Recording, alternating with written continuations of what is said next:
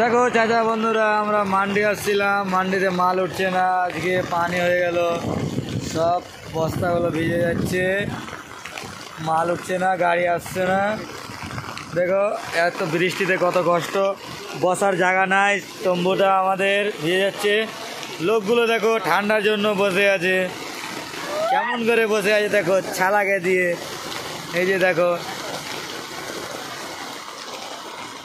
পানি হচ্ছে, পানিতে মাল উঠতেছে না।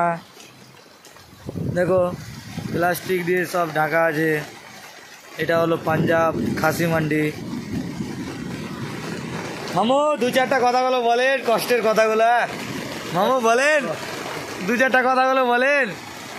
মান্ডি এসে কেমন লাগছে আপনাকে?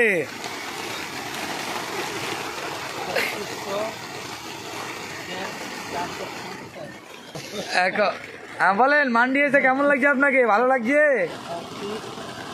আজকে কষ্ট কেমন? খুবই পানি হচ্ছে।